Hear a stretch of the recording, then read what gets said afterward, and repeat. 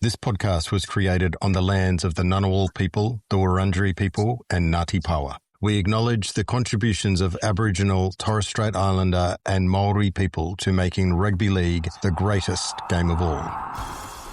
You're listening to NRL Hellmouth, the podcast where we open up a portal to the rugby league realm to see what horrors and delights we can unearth.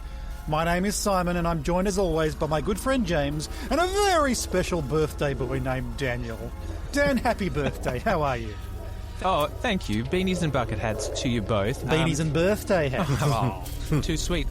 It is my birthday, and I understand you have to enjoy everything I say on the show. And I thought I'd start with a little pre-prepared gem, a little zinger for you both. Okay. Guys, did you hear the result from the game between Kieran Foran's Sea Eagles and the Panthers on the weekend? Yeah, 4-1. No, I believe the Panthers won.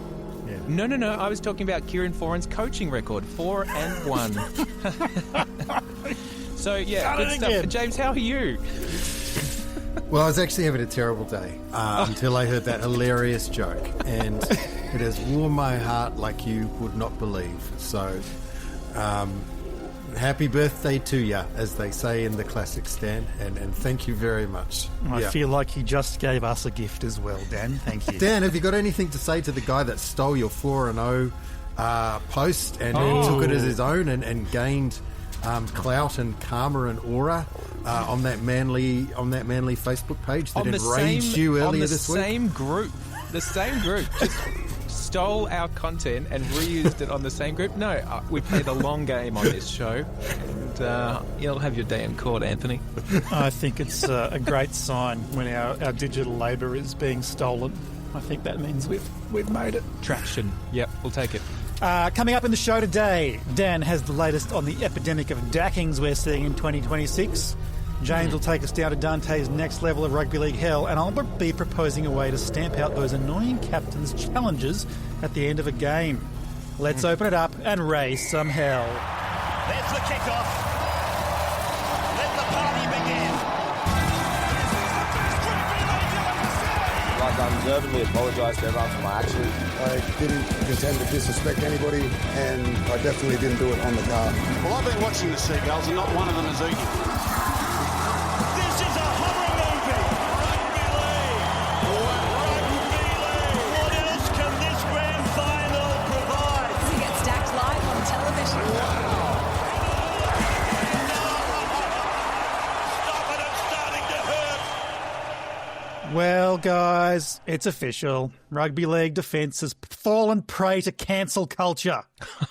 It seems like in 2026, stopping points is no longer considered an acceptable part of the game. Yep. We had another team concede 50 on Sunday, and even the predictable calls of, now the Tigers can't win the premiership because they conceded 50 were half-baked and sad.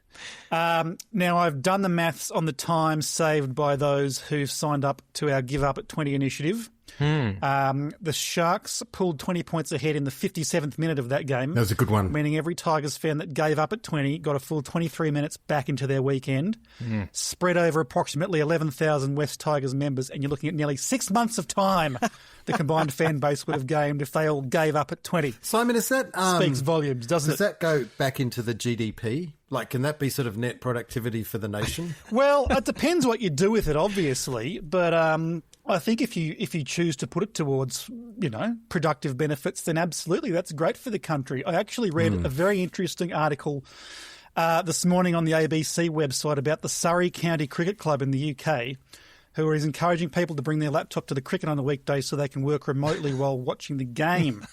The club has upgraded their Wi-Fi and set aside areas with desks, access to power and clear views of the field, and are encouraging fans to work from Oval as opposed to working from home. And apparently it's been hugely successful.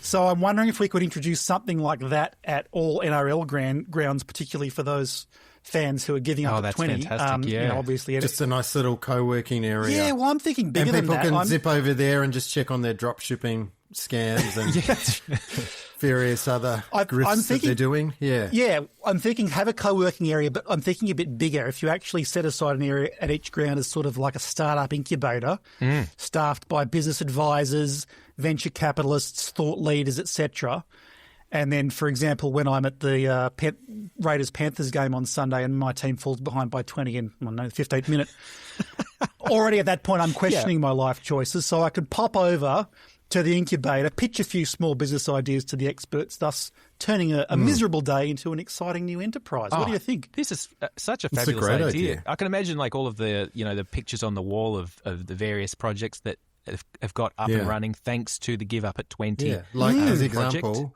emergency window repairs. Exactly. Big demand around Bruce It's Stadium. an epidemic now. Yeah, that's right. It's got to be hot desk able because, of course, in the current state of the game, we don't know who is going to go 20 points ahead or behind. Exactly. So I do love that flexibility at a venue. But of course, what we're seeing, for those people that are excited about the Give Up at 20 movement is that this excitement of can a team come back and break the curse. We had two teams that got very close on the weekend. We had the Broncos. They pulled back 24 points on the Roosters, who went 30 points up, but they didn't get the win there. And then we had the Knights up by 22 points. The Bunnies pulled back 24 points, even took the lead, but the Knights got their Lancing Spears back in front to take the win. So everyone is saying, yes, of course, it's going to happen, right? It's 20 points, it's no certainty that a team can't come back, but most importantly, they haven't. And that is the thing here is that until a team actually breaks the curse, then the Give Up at 20 movement is as safe as houses. I think it's as certain as you can get with anything in this game in 2026. Even if a team does break that curse down, no one will be there to watch it from that team. No.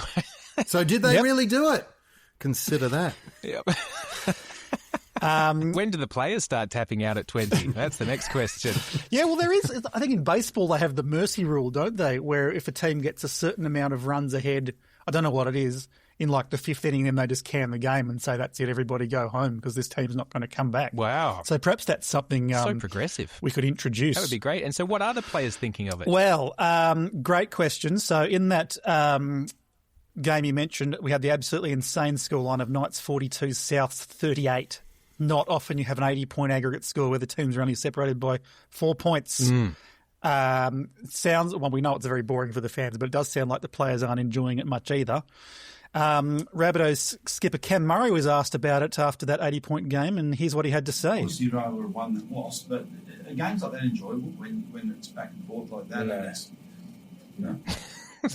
pretty blunt. Didn't even let the journo finish his question. He was desperate to say how much he hates it. just nut. And I mean, the journo did kind of seed the question by saying, obviously, you'd rather have won than lost. And I would have loved to know if Cam rather would have lost than have a ridiculous scoreline like that. Yeah.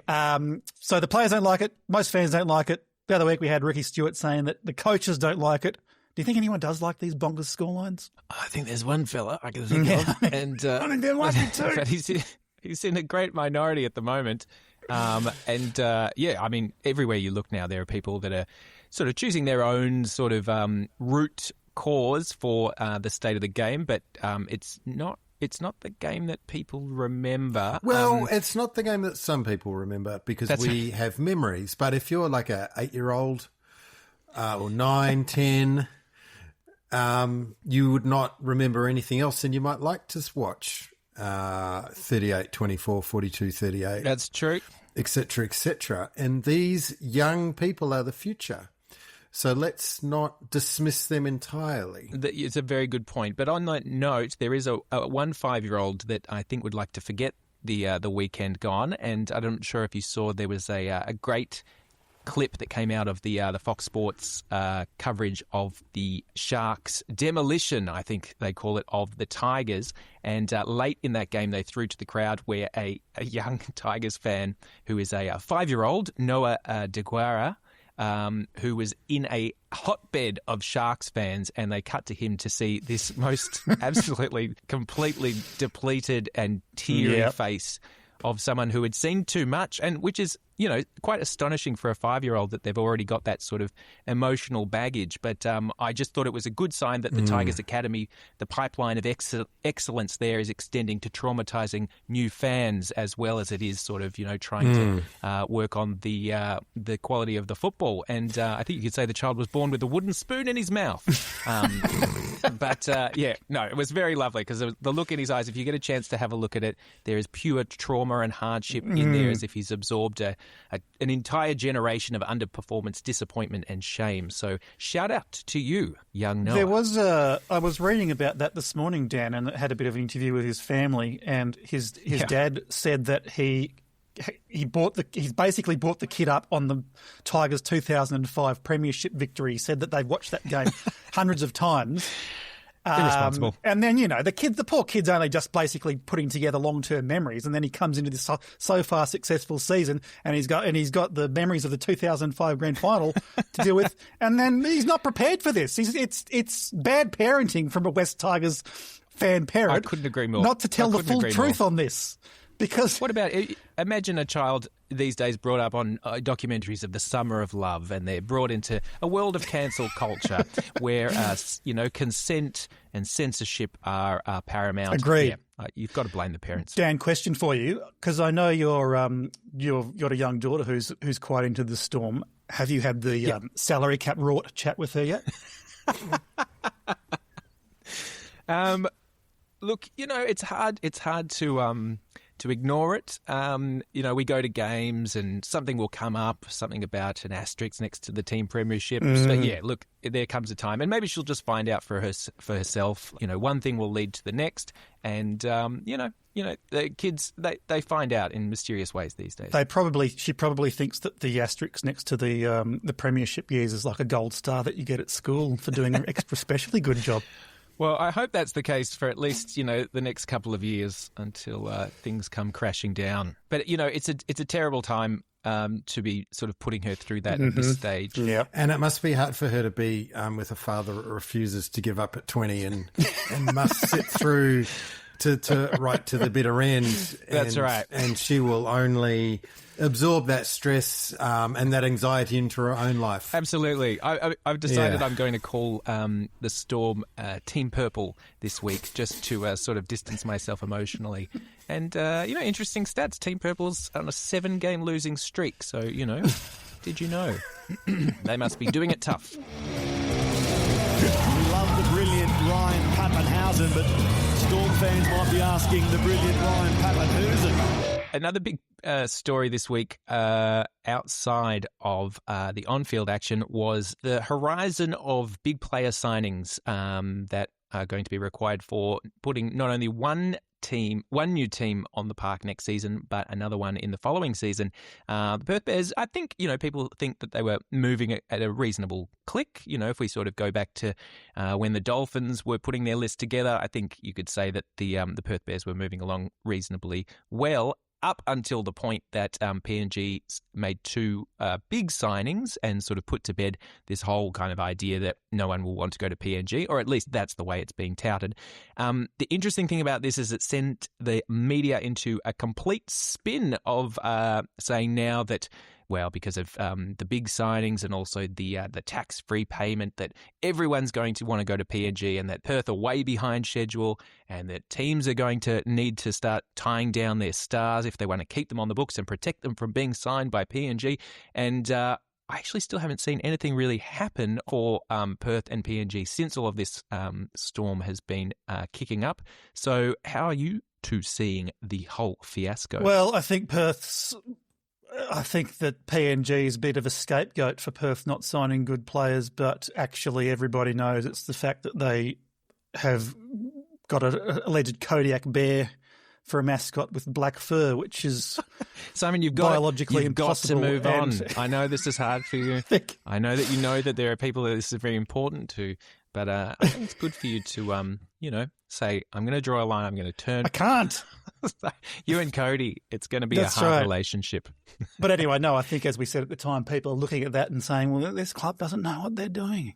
It's like the old story of, I can't remember which band it was. Was it Led Zeppelin or Rolling Stones or someone, they'd always order a bowl of M&Ms on their rider for backstage with all of the green ones removed, and then they'd check, and it wasn't because they didn't like green M&Ms. It's because if the green M&Ms weren't removed, they knew that the venue had not looked at the rider correctly. So maybe their sound would be fucked. Gotcha. It's the same sort of thing. If you can't get the values, yes, that's right, a basic fact about bears right, then what other problems are going to be introduced with this in this rugby league club? It's a good point. So David Sharp, who we mentioned some weeks ago, actually at the time that we sort of we lifted the lid on Cody the Bear's colour scandal. It was an expose, Dan. It was. David Sharp has been let go by the organisation, and CEO Anthony De Seeley, he has gone on. I saw him on 360 a couple of nights ago to sort of bring some calm to the league-speaking world, and he said, "We can't let the external noise distract us from our internal KPIs." So I think he knows how to talk sound football words. Talk. It seems like, Perth have got 18 players on the books. They are sort of hinting that they've got a few more that they will be announcing in the coming weeks. So I don't know if there's so much of a big deal to be made of it. There was a great clip during the week between James Bracey sees red after Gal savages the Bears. And that was on Wild World of Sports 100% Footy. Have you guys seen that clip? No. By any chance? No. So it's ridiculous. It's two people just, realising they're seizing the moment of a viral blow-up between, certainly Bracey's not accustomed to this, but he sort of is aligned with the Perth team, and Paul Gallen is playing the jerk devil's advocate. You've done nothing, and just keeps on saying that, while Bracey is like, well, we've got a list of players, but he's sort of taking the bait. Meanwhile, stage left, you've got Gus Gould, who's sitting there with just the most perfect shit-eating grin on his face that you could ever see, like Emperor Palpatine, sort of like, let the hate flow through you, and he is just loving it. I think he's enjoying that everyone else is having this kind of big fiasco and it's not on his plate. But I'm just not sure if it's going to be as big a deal as everyone is making of it. I agree, Dan. so I don't think it will be. And I think the reason probably why it won't be a big deal is that traditionally expansion clubs, and if you look at the last couple of them, don't do well anyway. They just make up the numbers. They get pretty piss-poor crowds, but they do give other teams opportunities to beat them up every once in a while, and potentially maybe every 3 to 4 seasons make the bottom of the 8 and then lose in the first week. So not high hopes. So that's the Titans. The Dolphins have never made the 8. A couple of Cowboys have won one comp, but they've been up and down. The Storm effectively rorted and cheated their way to the top and had backing from News Limited at the start. So if the Bears get a team on the field and maybe lose 48-30, 40-16, etc., classic NRL scores, but give us a game to watch on Monday, then I think it is a success. Yeah. Sounds pretty good to me. Sounds awesome. Yeah. Hey. Yeah. And especially I can think of, the Dragons and the Storm, they're really going to they would love to do that. Beat up on at this stage of their rebuilding arcs. I also don't think it's going to be an issue because Perth is a great place to live. You guys ever been to Perth? Yeah. I have. Wonderful city. Oh, absolutely perfect weather all year round. Much better than Sydney, which is a shithole. It's kind of a big call. I've heard other people say otherwise. I've heard people say Canberra's a shithole. Is that you, Simon? Have you heard people say Melbourne? I've heard people say Auckland's a shithole and Melbourne's a shithole. So, yeah, it's interesting. I've never heard anybody... views people have. Never heard anybody say Perth's a shithole. NRLHellmouth.com. Which city is the biggest shithole? I've heard people say Perth's a shithole. But I haven't lived there. I've just visited there. Now, I am available to play for the team. I know the rules. Okay. I know the rules. Yeah, and we know that Simon, he'd probably move over. We know that Simon can run the same distance as a rugby league player. That's We're right. looking for some depth. 7 kilometres in 80 minutes. Piece of piss. And here's this bloke who wants to have a crack at the media. That's what we do. We critique and we scrutinise. We critique and we scrutinise. We critique. Point his finger at me indirectly, I thought was weak as piss, just like his press conference was. So, guys, this time last week on the show, we were talking through the Storm's issues, and a day or so after that, it was revealed, obviously, that Craig Bellyache had a serious medical issue that he was also dealing with. And then, interesting to see people going from licking the tears and smothering themselves in the shit of the Melbourne Storm, reverted quickly to Craig Bellamy is one of the best men on the planet, and wish him well and all that sort of thing, which just doesn't show. It's not a criticism; it just shows the fickleness of opinion and life, and what can be fun can quickly turn into something else. So Craig is obviously dealing with stuff greater than the game. The official position of NRL Hellmouth on Craig Bellamy is that he should coach for the rest of this season if he wants to, and then do something else that isn't full-time NRL coaching. That's our official position. Do we agree on that? Can I just confirm that? That's we've noted that decision. It's in a log. Pod. Yep, off pod. That's right. But that doesn't really resolve what's going on in the meantime. And I've been considering the dynamic between Cameron Munster, who is currently out of form, and Craig Bellamy, whose life has sort of been turned upside down, we can imagine, as part of this and everything that is going on to deal with that. And both of those things put the relationship off kilter, because Munster needs to be continually pestering and annoying and bugging the shit out of Craig in order to then get the response of "fuck off, Munster," or "Munster, you idiot." And that then provides energy to Craig. Can you see? Yeah, that dynamic actually moves them along like a motor. So you've got Munster who's like, well, I can't be a dickhead anymore.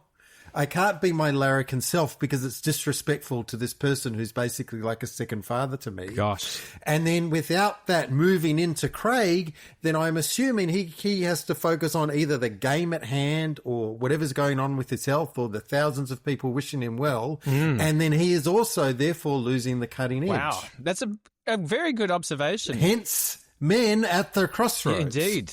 And I honestly don't know the way through it, because it would really take Munster either being picked for Queensland in a few weeks and having a really good game and then refinding himself that way. Yep. Or alternatively, being the biggest possible dickhead shitbag he can be at training to then somehow get things moving. I mean, as you say, it would be a huge risk for him to go down that line, because if it backfires, if he's a larrikin, if he brings, Craig Bellamy a lukewarm cappuccino, for example, and, like Craig that. blows a fuse, if that doesn't instantly turn into some sort of result of like, we reinvigorated one another's muse and we ended up having a great win and it was all thanks to that cappuccino jape that you pulled.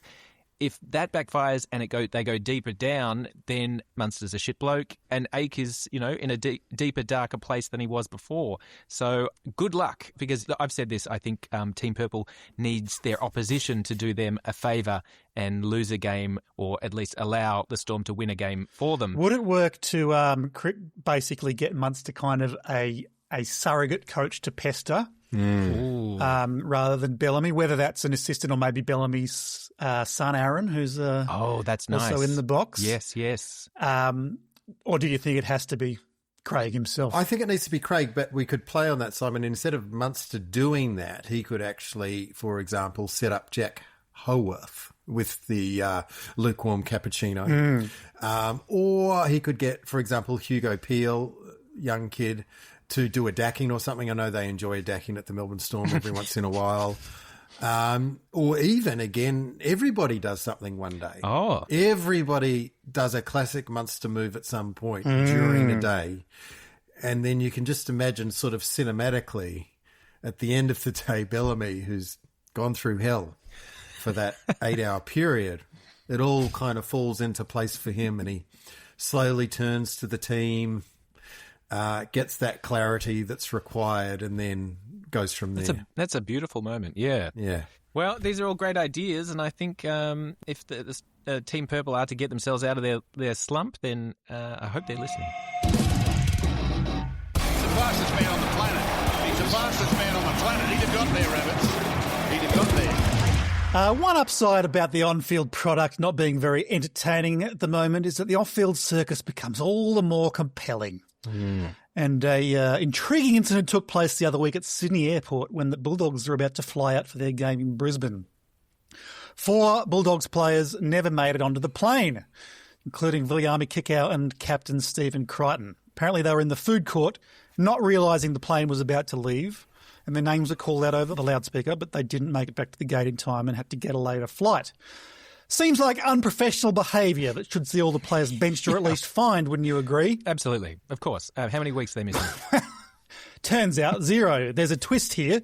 The group claimed that they were waylaid when one of the players had a sudden bout of diarrhoea and the others had to stay nearby until he was ready to board the flight. As a result, Coach Cameron Ciraldo did not dole out any punishment to those involved. Now, I don't know. Look, diarrhoea is certainly no joke. Someone who once sharted about 30 minutes into an 8-hour bus trip across Sumatra, I understand the horror. But it does seem rather suspicious. The mud volcano is still flowing. It's a bit suspicious that rugby league players seem to suffer from diarrhoea so much more frequently than the average person. It was only a couple of years ago that Kalen Ponga blamed an upset stomach as the reason he and Kurt Mann were hanging out in a pub toilet cubicle together. And who could forget Nate Miles shitting in the corridor of a Central Coast hotel back in 2009, claiming he just couldn't hold it anymore because after he mistook his room door for an ensuite. So we've all done it. We've all easy done mistake to make. So I wonder, Mr. Perfect. Is Imodium a banned substance under the World Anti-Doping Commission rules, or has having diarrhoea become a catch-all excuse that players use for basically any poor or suspicious behaviour off the field? I mean, I don't want to get too deep into the conspiracies on this podcast. Oh, well, sorry, I do. Trading facts or outright fantasy. But this story has ground my gears, as you both know, because I was messaging about it in the last couple of days. Talk us through it, James. And Dan, you've been please. Dan, I know that, Dan, you've been involved in sports teams that need to travel, and so have I to an extent as well. This just doesn't happen. It is in fact, if you actually just literally played it out. So, let's go there now to a food court at, just say they're in T2 of Sydney Airport, right? They're catching a Virgin plane. They're in the food court there. There's a toilet within that food court complex, and their gate is at gate 38, which is a little way away on Pier A, okay? You're there with at least 30 other people. You've got the team and the entourage. You have a boarding call. There is a designated person whose job it is to get you on that plane. Yep. Even if they are all on the plane, you then are 4 people. 1 person is in the toilet with diarrhoea. You have 3 able-bodied people that could then go to gate 38 if that was the gate and notify the team on board that that is the situation to say that there will be a delay. There are so many ways around this. And if we go back to a comment, Daniel, that you made earlier today regarding Phil Gould and his shit-eating grid about the Bears, it is because situations such as this, which go to the heart of their problems, are not being properly scrutinised. They are simply being reported as fact, and you know as well as I that this is an impossibility to occur. Claude AI, whatever they're doing with that, whatever other madness they're doing with their list, whatever plans they're putting in place is all a smokescreen as to what is rotting that team. Couldn't agree more. We also know, if you've ever sort of ended up being late, that very front-footed, these airlines, on making sure that they get people there. So they'll sort of like announce people's names even when they're sort of waiting at the end of a line sometimes, because they're like desperate to kind of keep things moving. Well, Dan, maybe they said Mr. Kiko, which is probably the correct way to pronounce Viliami Kikau's last name. So if they said Mr. Kiko, then he might not have known that. But what about because the other used 3? To everyone else and so they would have made several announcements, and they would have given them a considerable grace period. They would have announced it across the entire terminal and presumably food court. So, yes, I absolutely agree. There's more that smells about this than whatever was being dished out in the bathrooms. Yeah, whatever's going on. Exactly. Also, they would have had players are never without their mobile phones. We can see that. Do we seriously think that no club official or one of their teammates, upon hearing the multiple announcements that were being made for these players, didn't call or send a text saying, "Hey, Stephen, the plane's leaving, mate"? It doesn't make any sense, yes. Very sus. Yeah. Anyway, we'll continue to follow this story as if there are any insiders, if there are any eyewitnesses at the Sydney terminal, please get in touch. Hellmates at nrlhellmouth.com. We would love to get that There's scoop. some CCTV footage somewhere. We would love to get a look at that if you're able to provide it. Or even nose witnesses that at least got the kind of what's going on with the diarrhea. Is it what level of it? What level is it? Is it? We've got experience of that here. We can probably take your description and then presumably, assess if it was one of them that was bundled up with the diarrhea, then the other guys would have been waiting around the cubicles. That would have drawn some attention as well. It's like, why are these three top-grade footballers waiting in the toilet at the Sydney airport terminal? You know, that would have, I think, drawn some attention. Must have been an extraordinary case of diarrhea where they need an extra 3 humans to deal with it as well as the person suffering. Well, again, simply give us the information and then we can assess it.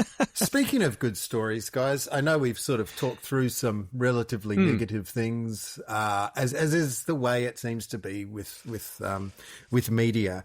But the Women's State of Origin last Thursday, just want to give a bit of a shout out to that. I mean, apart from the multitude of drop balls, which is not the fault of the players, but the fault of the schedule, which we spoke about last week. Just looking at that score now, 11-6. A thing of beauty. Just to look at it. 3 tries, no 6 agains. Yeah. I mean, you know. That's right. To experience how we got there as well. Yeah. During the game, those tries, I think it was each prop scored a try, right? Yeah. Crashed over. Tough. Sight to behold. Love it. I think you have a little app startup where we sort of find like-minded people that love that hard-fought rugby league in your area. We could call it Grindr. And just a lot of people getting together and just enjoying the real tough stuff. If you like scorelines like 11-6, then get in touch. We'll have some fun. So I think we could say.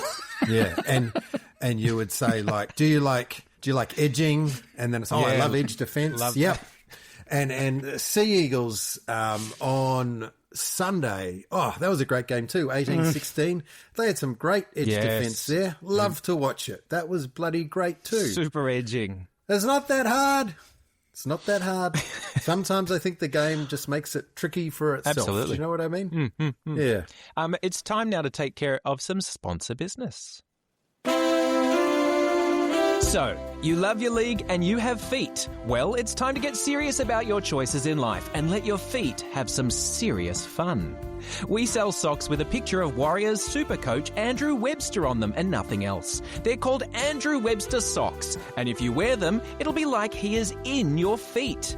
Andrew is far too often seen as being overly serious or lacking some larrikin, but in reality, that couldn't be further from the truth. Just ask the victims of his famous silly water aerobics routines at the Auckland Tepid Baths, or his infamous Fajoa in the shoe prank. And you'll soon realise that he's probably the loosest unit you could ever imagine having embroidered on your socks.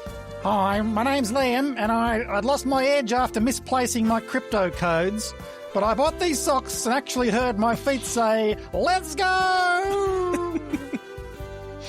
To have Andrew down there on the socks, just looking, really gives me the confidence to live and to love again. Now, they sound like some interesting guys. So, what are you waiting for? Do you want Andrew to come and put them on your feet himself and give them to you for free? One thing's for sure, you'll be saying up the waz and down the socks that are on your feet with Warriors coach Andrew Webster on them and nothing else. And then we just got all the old detail. www. People lose interest. So good. Terrific. So he gives the socks away for free, No. Honestly, you won't believe this. I spoke to the rep from the socks. He's like, all right, so I can give you guys $5,000 clean, right? Or you can get up to double that if you go with the profit share model. Can you believe that guy? So we're very excited about the profit share. Do you know how many units Andrew's shifted so far? So we're getting 1.4 Kiwi cents a unit, and they're expected to move faster than a Khan Pereira line break. I'm assured. And he's thrown in some free socks. So I know that is the way to your hearts, or the heart of your feet.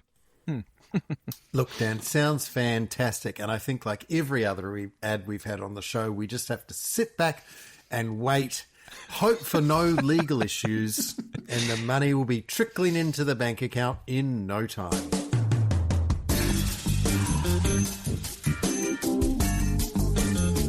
Fantasy Volandis. Yes, it's time for Fantasy Volandis, where we adopt the near omnipotence of Chairman Peter Volandis to solve the biggest problems facing the game. Guys, this week I want to talk about Captain's Challenges. Now, to be clear, I think the Captain's Challenge is a very good rule. We all know officials can occasionally get things wrong. Sometimes they get it wrong, yeah. And I think it's very important that teams have an opportunity to appeal those calls where they know that the ref made a howler. But what I don't like to see is the Captain's Challenge system being abused in the last 5 to 10 minutes of a game. As you know, you'll often see teams using up their challenge towards the end of a match, even though there's no chance of success. The winning team will often do it just to get a breather, and the trailing team will often do it out of desperation just in case the bunker picks up something on the replay. Often a high shot or something like that. And good point, because asking the bunker to look at something is like asking the most annoying person you know for their opinion. That's right. Yes. It was very cynical, and normally you wouldn't want to ask him anything. Exactly. Desperate times. Yeah. I've been thinking about how to fix this for quite some time. I'd like to take you through the journey I went on before I arrived at the optimal solution. Oh, please. At first, I thought about introducing a rule where if you make an unsuccessful challenge in the last 10 minutes of a game, then you can't challenge for the whole of the first half in the next game. I think that would discourage the sort of cynical end-of-game challenge, definitely, but it might leave teams then unable to challenge a howler early in the next game, which obviously goes against the intention of the rule.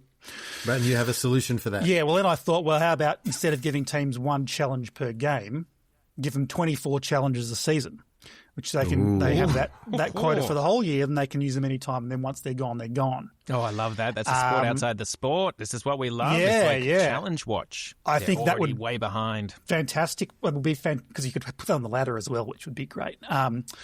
But I think that would be fantastic for probably the first 22 games of the season. And then the last few games would be absolutely unwatchable as teams with a lot of challenges in the back, challenge every single call. So they can use more than one in a game? Absolutely, yeah. Use as many as you want. You can blow them all in one match if you want. It's like, round 26 is challenge round. That's right. Games will be going for 4 hours. So I chucked that one. And then I arrived at the optimal solution without using any AI whatsoever, I might add, which is this. If a team challenges a call in the last 10 minutes of a game, that whole team must drop to the ground and do push-ups while the bunker completes their review. This will completely eliminate the temptation of doing it just to get a breather. Yep.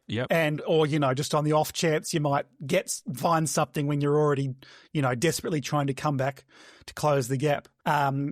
So should dramatically reduce the number of captain's challenges. We see it with the requirement to pack a scrum before stopping the clock. So, it's not something that referees are unaccustomed to, getting everyone ready. So they might say, all right, if I'm going to throw this up to the bunker, everyone down, set. And exactly. Now he throws it up upstairs. That's right. And they continue. It's a nifty idea, Simon. I know what you're thinking, though. What if the ref did make a howler at the end of the game and the challenge was entirely justified? You're now punishing the players for doing the right thing by exhausting them. I thought of that too. If the challenge is successful, then the players can immediately stop doing push-ups, and a team of masseurs comes onto the field to give every player on that team about a 5-minute massage to, put some energy back into the muscles they've worn out with the push-ups.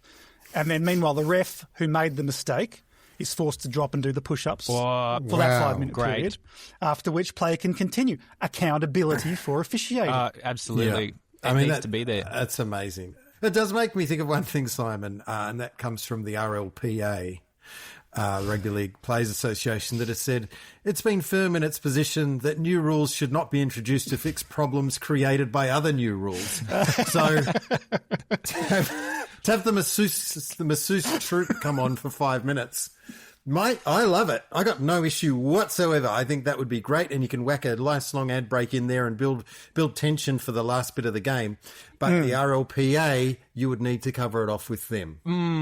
Yeah. What if we get sponsorship on the masseurs? They could be a local trip. You could choose. You may be a shiatsu team. You may be a Swedish team. They might get out some cups. It might be cupping during the that 5 That's minutes. right. Whatever your sort of choice is, could be Reiki even, if you really want to come out of left field. Well, let's get the referee out there. They could be trained in Reiki, and they can all just apply that to the players. No, Dan, the referee's doing the push-ups while the players are getting the massage as punishment for making a howler. But what I was thinking there was that, of course, the Reiki is draining the chi of the referee, so it's just as bad, if not worse, some would say, than a set of push-ups. I think we can get the Rugby League Players Association on board as long as we make sure that the masseuses are union card holders. A bit of union solidarity with the RLPA. Ah, yes. And are covered under the masseuse award. The only problem is, then you've got we've mentioned how difficult it is for the players that are on the extended benches not getting a run, and maybe over consecutive weeks. You'd have crews of masseuse and masseurs that were waiting on the sideline, never to be utilised in many games. They're waiting for their 10 minutes at the end. They're warming up their hands. They're preparing their oils in the microwave, only to find that no cynical challenges are mounted. So that is a bit sad for the community. Been make for some great footage though.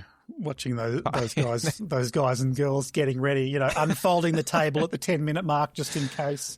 Oh, look, it's got my tick of approval. Either way, let's get this thing through.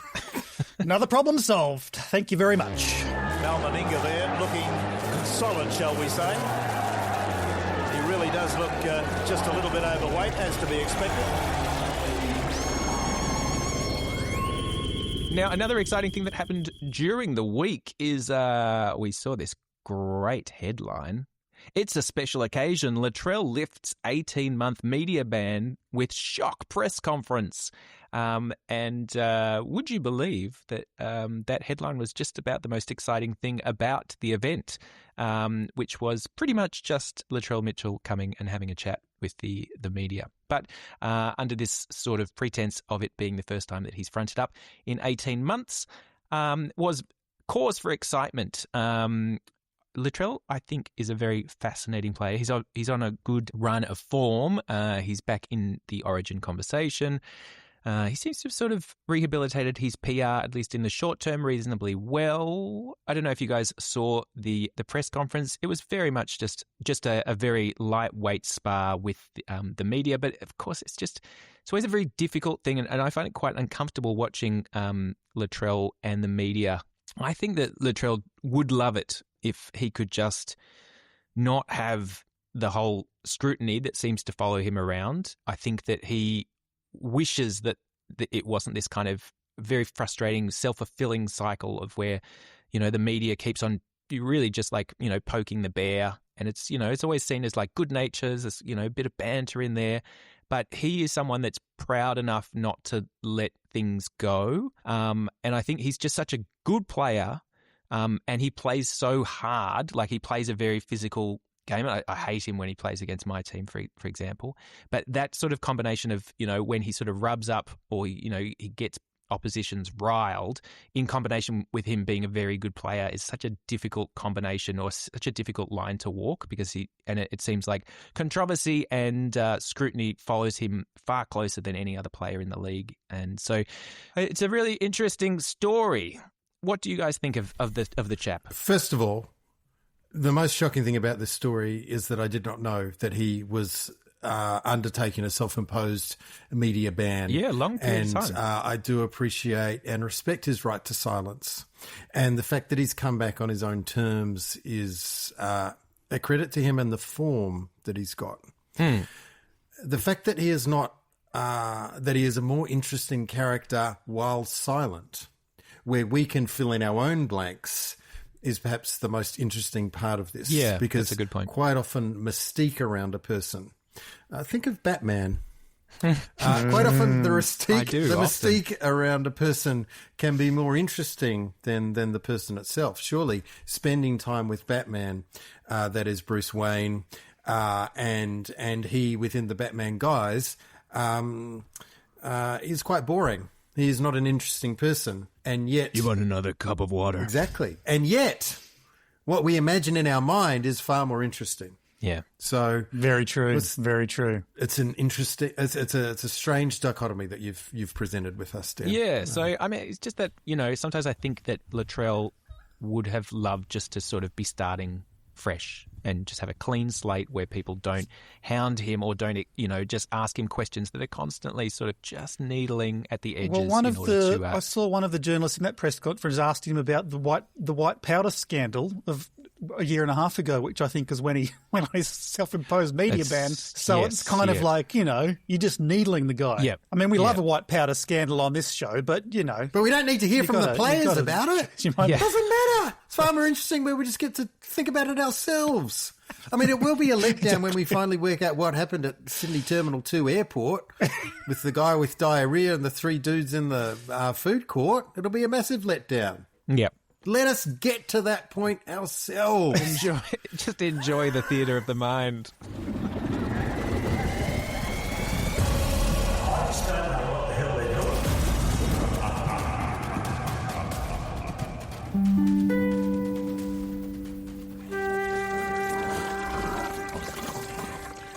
Pape setane, alepe. Thus Plutarch with his clucking voice began, and that benignant sage who all things knew said to encourage me, let not thy fear harm thee, for any power that he may have shall not prevent thy going down this crag. Then he turned around unto that bloated lip and said, be silent, thou accursed wolf. Consume within thyself with thine own rage. Not causeless in this journey to the abyss. Thus it is willed on high, where Michael wrought vengeance upon the proud adultery. Even as the sails inflated by the wind involved together fall when snaps the mast, so fell the cruel monster to the earth. Oh, that did me in, guys. Oh, my God. That was powerful, James. Thank you. I heard mention of a Michael in there. Is that Michael Ennis?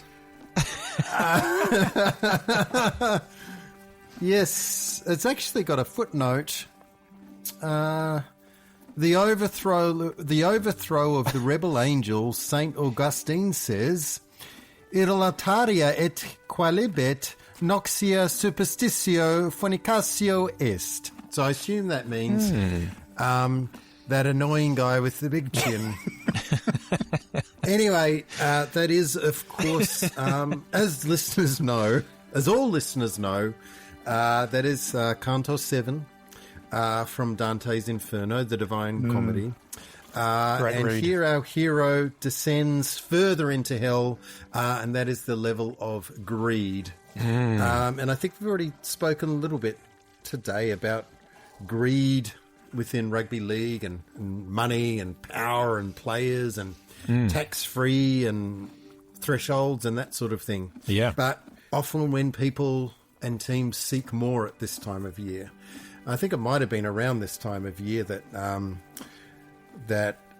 young Lachlan Galvin, their search for dominance, the Bulldogs thought that was the way to go. And then, of course, they let go over the last year of a couple of other players in order to accommodate that move. And they've gone from a team that was in the top two for most of 2025 to, and also where it ran rubble. Yes. That can't even get on an aeroplane on time. And I think that's what greed can do to you. It can corrupt you. You can have success for a period of time, and you see that with the Roosters, who I think are known for their greed and their avariceness, and Manly back in the day as well, and to some extent the Storm. But life, the world, the universe has a way of evening things out. Yeah, I think you're right. And providing a level playing field.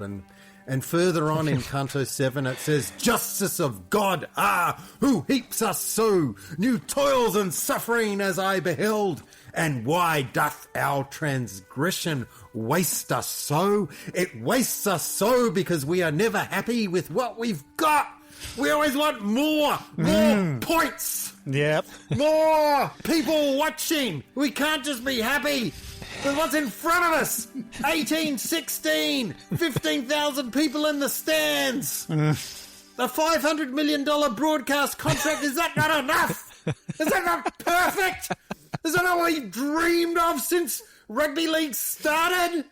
No! More, always more!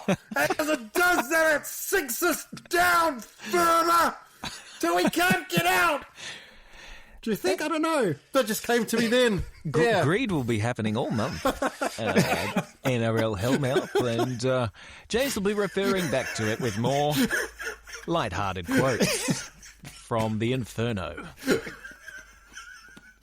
I really appreciate you, bringing us, a different sort of perspective, I think, James, on the game. It's a nice historical perspective, and it's a perspective from the arts.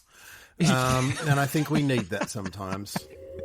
Oh, no, he pulled his hands away. No. The possibility of a penalty try and professional foul as the foul happens in the field of play. There we go. That's how stupid the rule is. I understand, but that's the rule as it stands. Speaking of toilets, what's going on with Moonwatch this week, Dan? Such a nice. Now that's a textbook segue. Look, we spoke a few weeks back about this season's distinct lack of James Tedesco's arse, who was, up until the start of this season, a perennial bloomer in seasons past. James, I know that you had cited some bike shorts as being the change in equipment. They were the culprit. Robbed us of one of the shining lights of the game. Thankfully, however, a host of fresh-cheeked hindquarters have taken the baton between the buttocks and are paving way for the next generation. I don't know if you saw Blaise Talangi's try on the weekend. While not including a full moon, did showcase a textbook dacking with the Panthers team undies on full show. And this prompted a call from Brett Sprigg of the ABC commentary team. He said, "You are seeing more players' bums, aren't you, these days?" Great observation. And they popped that up in a nice little social. And I think he's absolutely right. Earlier in the round on Friday night, we saw Stefano Utoikamanu of the Storm. He went full moon, and it was not only a full moon, it was a repeat offence over a couple of different tackles in the same set. The waistband was broken, and it led to a great call from Vossi in the box. And they lose the shorts. Help! Shows us more than probably is necessary. And it was a lot. Utoikamanu. Oh, their shorts are gone again. Brandy, get me Volandis. You've got to do something about this. There's kids watching. Peter, it's Greg. Gregu. Alexander. Penalty. So seamlessly transitions back into the game. And it's wonderful that he's the best. He's not only sort of holding on for dear life, he's obviously got his own emotions at play. That second time where it sparks over, this shorts are gone again. He's thrilled. He's buckled up, but then he also turns it into a charming little play between Brandy Alexander and Peter Volandis. And all while he's still commenting on the game. It's a wonderful call, but it does highlight the fact that we are seeing a great little theatre on the side, and that is the bum game. Are you guys seeing more moons in the game, and are the new rules to blame? Oh, good question. Yes, definitely seen an uptick. It's interesting that, yes, you brought up Blaise Talangi's Penrith striped briefs under his shorts that we got a good look at. I've noticed a lot of players are doing that they're wearing team undies or otherwise interesting briefs under their shorts. So I'm wondering if, obviously the full moon is accidental, or a fetish. But I think the dacking to underwear, I'm wondering if it is actually intentional. And it comes, if you've got a team that's actually sponsored by an underwear company like the Storm are with tradie undies. Correct, yes. I think that there's probably a conflict of interest there because you have a massive commercial imperative to get dacked more often to show off the sponsor's product? Because I noticed they know, all wear tradie undies. I would love to know if they are being paid to wear a certain underpants. Because that's real Watergate, scandal kind of shit right there. And they're saying, guys, loosen those waists. Yeah, that's what I'm wondering. Is if there is. I mean, I was going to say it's just even worse. You only need one player in on it, and the company would be like, you go around to all the other shorts before they put them on, and you remove the waistband. And if you do that, we'll provide brown paper bag, whatever it might be. So then that one player can do it for a number of players. The player won't even know. They just put the shorts on the guy. I got no waistband. It doesn't matter. You could take it to the heart of the game. It could destroy the game. Simply because, not so much the mooning, which we all like and endorse, but you shouldn't have to, the endorse, the pain. Yeah, I agree. The pain for a moon. Yes. Yeah, I think we should be above that. Interesting We've got thought. to keep following it. I think we've got to just make sure that we're logging each moon. Yep. Again, as Dan was saying earlier, it's not as simple as you'll see James Tedesco's ask every second game. That the whole landscape's changed. It's far more complex. So we can't, our resourcing really is just going to be focused on the Bulldogs airport situation for the next month or so. We can't really be expected, the three of us, to be tracking every single dacking. So again, listeners, if you can, you know where to find us. Hellmates at nrlhellmouth.com. Anytime you see it, take a photo of your screen, probably the easiest thing to do, send it in and we'll add it into the mix.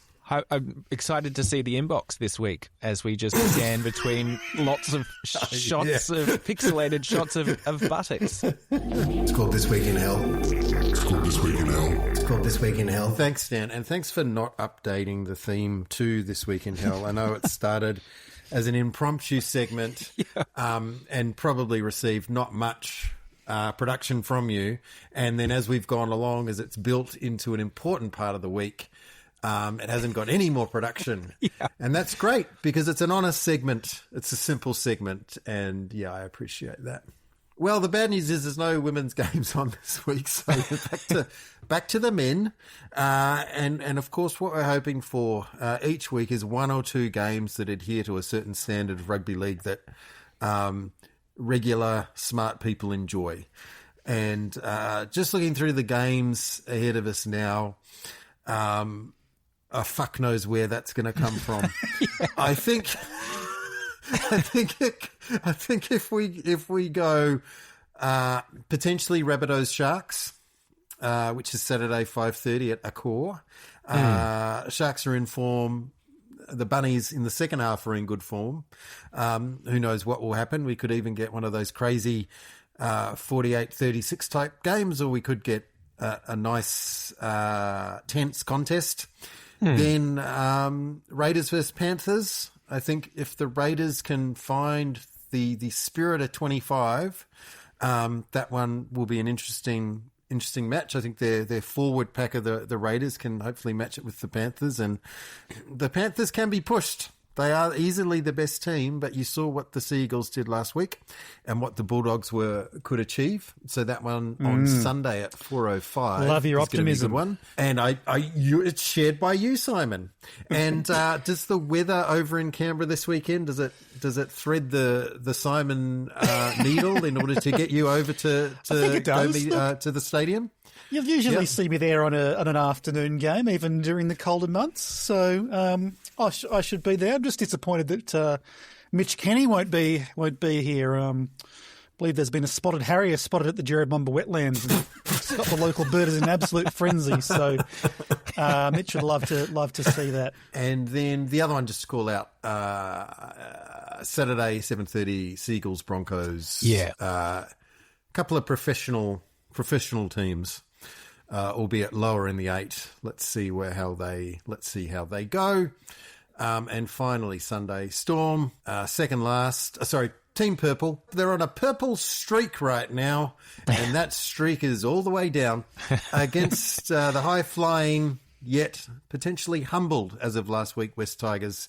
It'll be worth finding out how that particular match unfolds. Well, you talk about finding the spirit of 25. I think the West Tigers, they certainly found some of that again in the second half of last week's game. So they do give the opportunity to open the door for the Storm, even if the Storm have completely lost all means of opening one. Even if there's a door or no door, someone's going to walk through something adjacent to a door. And, yeah, let's hope that Cameron Munster can re-find his smile. I also think as well, he's had a lot of kids lately. That can grind you down a bit, can't it? Yeah, well, I think before Hughes was injured, I think he clearly didn't look like the same guy because he's got a new one as well. Oh, They're wonderful. They're wonderful kids, but, I wouldn't want to be playing top-grade football. Put it that way. No. Well, unless you're Millie Elliott, New South Wales prop, who claims she's better than ever after having a kid due to the enhanced pain threshold. That's baby brain. Yeah, that's baby brain talking. I mean, got her through a game, and she played incredibly well, actually, so I totally take that back. In fact, we'll probably get complaints about that. So fantastic. I totally Finally. my comment. I'd love to get some bloody complaints here. We had the odd comment, the odd positive comment. Send down some complaints. The foul play far outweighs the dickhead. All right, that's it. Time to close up the Hellmouth for another week. Thank you, as always, for joining us. Please shoot us a follow on your social media accounts. Share this episode with a mate. Come back next week and enjoy the footy. And on that note, I'll hand you over to our co-host for James's final thought. I'm going to keep this short and I'm going to keep this simple. Sometimes the cover-up is worse than the crime. Ave Vossi! Ave Greg Alexander. Have a good week.